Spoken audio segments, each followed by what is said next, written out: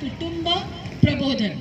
आता कुटुंब प्रबोधन म्हणजे कुठल्या तरी एखाद्या कार्यक्रमाला बसून आणि वक्ता आणून आणि तुम्हाला काहीतरी कुटुंब कसं चालवावं आणि कसं संस्कार द्यावे हे शिकवणं नव्हे. आपल्या परंपरा आणि आपलं जे सगळ्याच्यामध्ये सगळं काही भरपूर आहे. कुठलाही वक्ता त्या परंपरांना त्याच्यापेक्षा श्रेष्ठ नाही ठरू शकत. पण आता काय झालंय की आपण विभक्त कुटुंबांमध्ये राहतो आणि लॉजिकली पुन्हा आता एकत्र कुटुंब पद्धतीमुळे मध्ये येण्यासारखी सिच्युएशन नाहीये.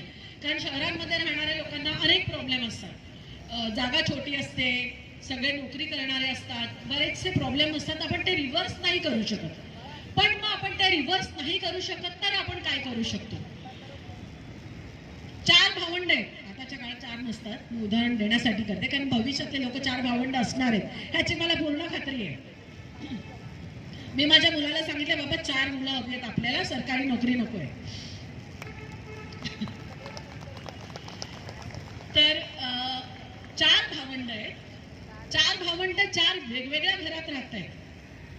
पण आपला एक सण आपण 4ही कुटुंब मिळून एकत्र साजरे करू शकतो की नाही? मग ते कुटुंबाची भावना म्हणजे सभी के लिए एक, बरोबर आहे. आणि जेव्हा त्याच एका व्यक्तीला, आपल्या ह्या 4 जणांच्या कुटुंबातल्या एका व्यक्तीला जर प्रॉब्लेम निर्माण होईल तेव्हा एक के लिए सभी तो होंगे ना.